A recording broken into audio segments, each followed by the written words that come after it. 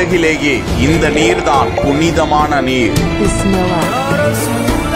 வெறும் 30 மீட்டர் ஆழத்தில் பல்லாயிரம் ஆண்டுகளாக சுரந்து கொண்டே இருக்கும் தண்ணீர் இறைவன் கொடுத்த கொடை. மாதம் ஒன்றிற்கு 2073 கோடியே 60 லட்சம் லிட்டர் தண்ணீரை கொடுக்கும் தண்ணீர் பூரணி ஜம்ஜம். தோற்றமும் ஆச்சரியமும்.